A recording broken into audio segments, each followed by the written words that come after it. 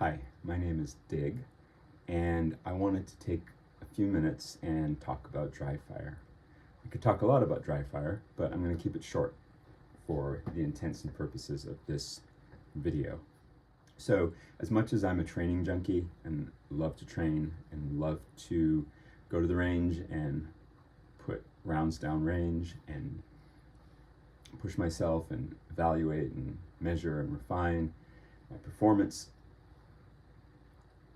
as much as all of that is true, I'm also more of a dry fire junkie. I love dry fire training, and I would say that more than anything else, dry fire training will help us as shooters improve our live fire performance. I would estimate that roughly, I'd say maybe 85% of my training is dry fire, and then I will go to the range to verify and confirm what I'm running through in dry fire. So with that being said, I wanted to talk about how I approach dry fire. First and foremost, one of the things that I try and do with dry fire is keep it fun, keep it entertaining, keep it engaging. So over the years, I've really tried to amass a large toolbox of resources to do that. So I have all sorts of little gadgets that I'll use to work with my dry fire. So for instance, this is a SIRT dry fire pistol, training pistol. It is completely inert. It cannot accept rounds. It cannot accept ammunition. It has a weighted fake magazine. It has a trigger that actually makes a little click and actuates. I enabled this one with a dot on it. It's not a fancy dot, but it is a dot. And this one will also create a laser that will project onto whatever the target is, so that when I'm working with the laser, it can reveal accuracy. So this is one tool that I like to use. This is in the form factor of I believe this is a Glock 17 form factor, but they have a variety of them for people who have different pistol forms that they want to train with. So this is one thing that I have used over the years to great effect, especially when I'm working with new shooters or people who are unfamiliar with how to work a dot. I will bring out the SIRT, and that's a good way for them to get familiar. Here's another tool that I use. This is this little innocuous looking piece of equipment on the bottom of this magazine is called a Mantis X10.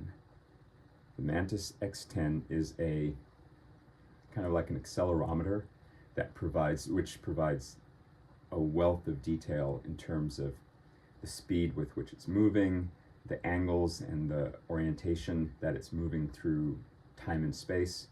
And with this as a tool, in conjunction with the Mantis app, which processes the data that this provides, in dry fire, it gives you just an abundance of information on your draws, your presentations, it will create challenges for you in terms of like shoot, no shoot drills. Like it will present targets that in a split second you need to decide, do I shoot this, do I not shoot this? Holster draw analysis,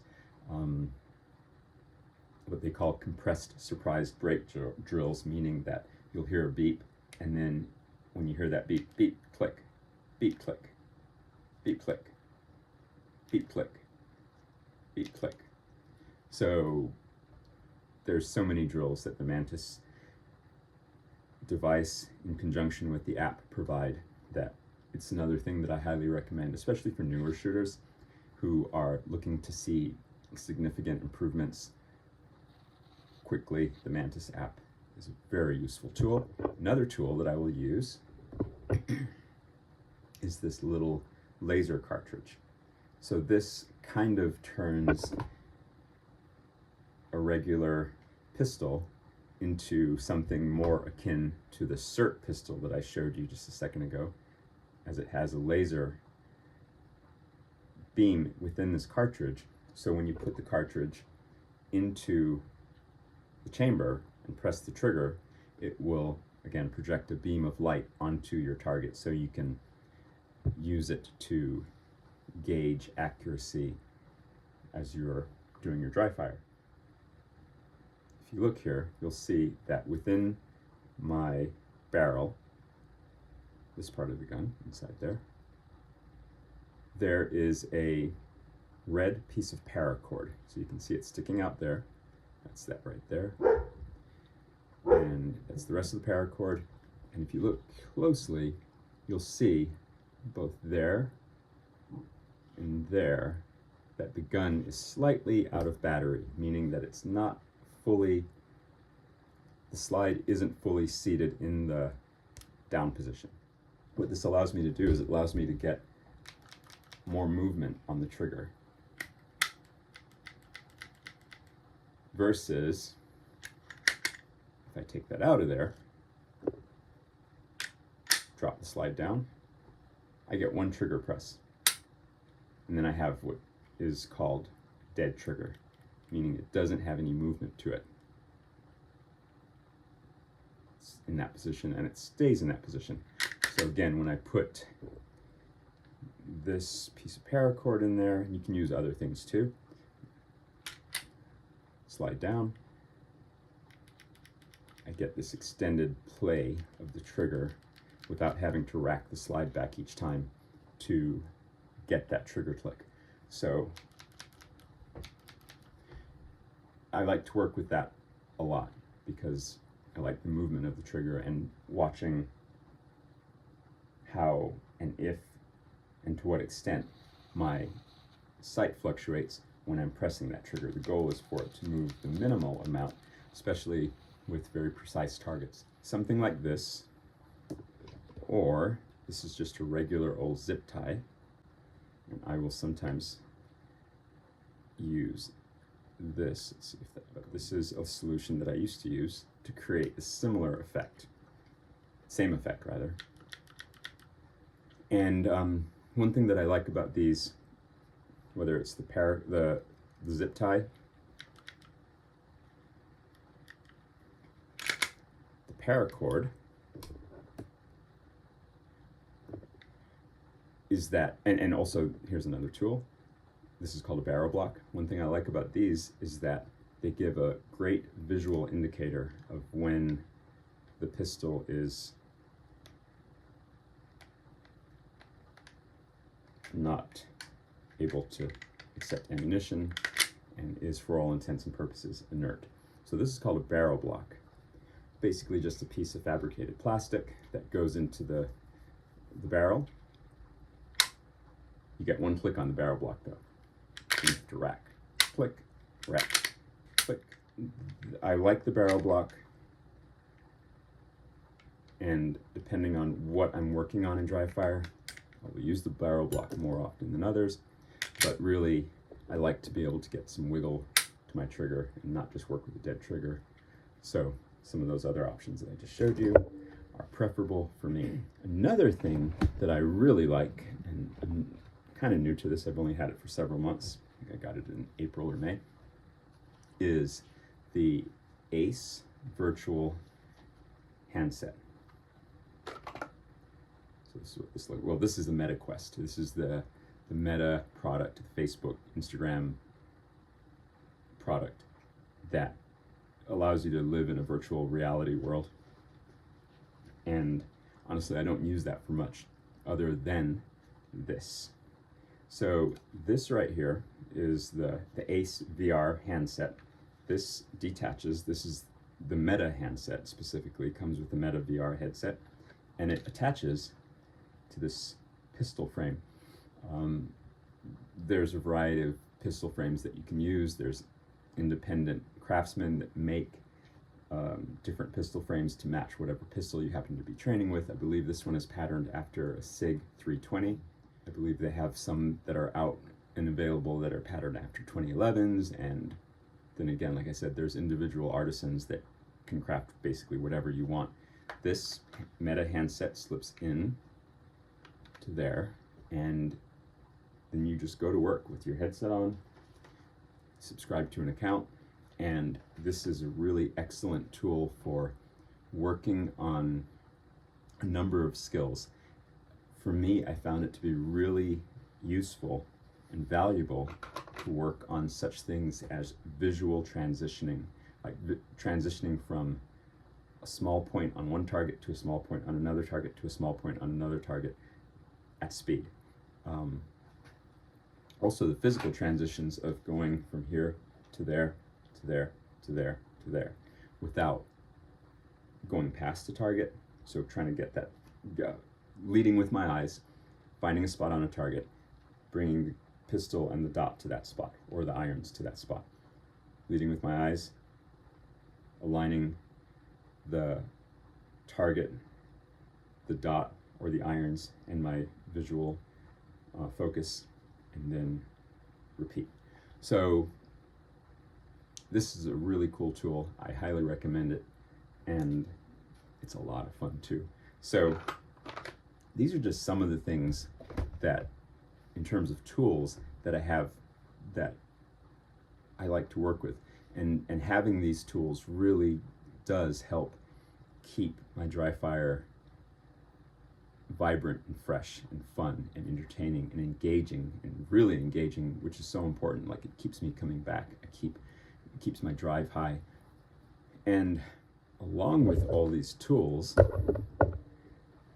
there's the actual routine of what I'm working on within dry fire. I find myself working on a lot of micro drills. So rather than just trying to put a bunch of steps together, I might just work on the initial grab to defeating the garment, grabbing the pistol by the handle, rather than doing the whole draw and presentation. Or I might just work on marrying my hands together, getting the pistol, marrying my hands together, and then, yes, at some point I will definitely tie them all together. Or I will work on just reloads. So I might even start with the pistol out. There'll be a go signal, either one in my own head or one on a timer. Go signal will happen. I'll release a magazine or simulate releasing a magazine, grab a new magazine, bring it up, put it in the chamber, put it in the mag well. Insert, present again. Now that sequence I can break down into multiple smaller parts, which is, again, turning one action into a bunch of smaller actions that I can work and refine, and then when I rejoin them together like puzzle pieces, I'm much better able to do it smoothly and efficiently rather than fumbling. Transitions are something that I work on a lot, and I might, in dry fire, I might work on that with my array of targets, which I have a big array of targets on my safe wall. I might just practice going from one target, lead with the eye to the next target, lead with the eye, go to another target, lead with the eye, go to another target. Yeah, yes, I'll have a pistol in my hands, but I don't have to. I don't even have to have a pistol in my hands. I could literally work on eye transitions, considered an eye exercise. When I do have a pistol in my hand, then I'm leading with my eyes, aligning the dot with the target, keeping my focus on the target, repeat. And I don't even necessarily need to press the trigger. Yes, oftentimes I do, but oftentimes I don't. I'll just move and work on the visual transitions, either with a pistol, without a pistol, with irons, with the dot. And I will also work on drills. Like if I know I'm going to go to the range and I'm going to be working on a drill or a qualification of some sort, I will work through that in dry fire. So lately I've been working on the fast drill, and I've been setting a part time for myself of 5 seconds live fire, sub 5 seconds live fire. Eventually I want to do it faster than that, but right now 5 seconds is my part time. I'd like to be able to do that consistently before I start dropping down time. So I'm working that at a lower part time in dry fire, knowing that in live fire I have to contend with the one thing that you can't work with in dry fire, which is recoil. So in dry fire I might set a 4.5, 4 second, something like that, part time for a drill that I hope to achieve a successful pass in 5 seconds. And then I will work through the fast drill in dry fire. And I will also break the fast drill down to its various components. The fast drill consists of 2 shots to a 3x5 card and 4 shots to an 8-inch circle.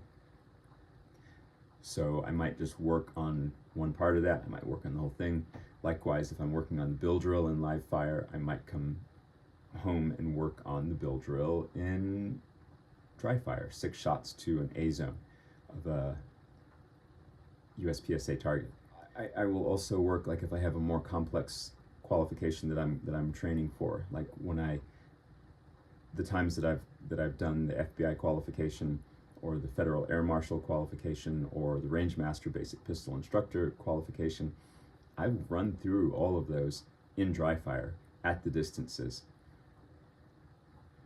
which again is super helpful. Another thing that I love is on my target wall, and I'll try and put a picture of my target wall within this video, I have a number of targets that are reduced size, meaning that I'll take the design of a target that I'll be working with at the range in live fire and reduce it down to a small size and correlate the size reduction to the simulated distance.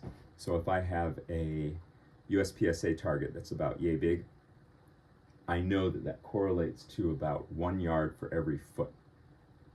So if I'm 9 feet away, I'm about visually 9 yards away. Now that doesn't quite correlate, like working with a reduced size target doesn't necessarily quite correlate with the differences in focal depth perception that we get when we work with targets that are actually physically at different distances, but that's okay. It's definitely better than nothing, and it's very helpful still. So these are all things that I do. Some other things that I do are eye exercises. Like I might do this and take one finger over that way and look that way, and then take that finger over that way and look that way, and transition between them. Or I might do something like this. Bring my finger back towards me, keeping my focus on that, and then decide to switch to this one close to me. Bring this one out, switch focus to the other one, take that one away, now switch to the one that's further away from me. So I'll do focal exercises. There's a number of eye training exercises that I will work with. Heck, sometimes I will even do, I don't remember where I got this idea from. I want to say it might have been Riley Bowman, but I will take a marker and put a little dot on my thumb. And it might look a little weird, but I'll walk around with a little dot on my thumb, and during the course of the day I will do stuff like this. I will line that dot that's on my thumb with different targets. I could be riding down the road and just like this, aligning that dot with a street sign, with a marker on the side of the road, with a random visual indicator that I'm passing by. Or I might just be walking around the house with that dot on my thumb and aligning with various things. And that helps simulate some of the exercises that help us become more proficient when we are working with a dot on a pistol. It's a topic I'm passionate about, and I feel like it's extremely effective, extremely helpful, and I am happy to talk with anyone who has any questions about dry fire. So if you want to shoot me a message and we can talk about any questions that you might have or anything dry fire related that you want to chat about, happy to do so. Get to work. Dry fire is life.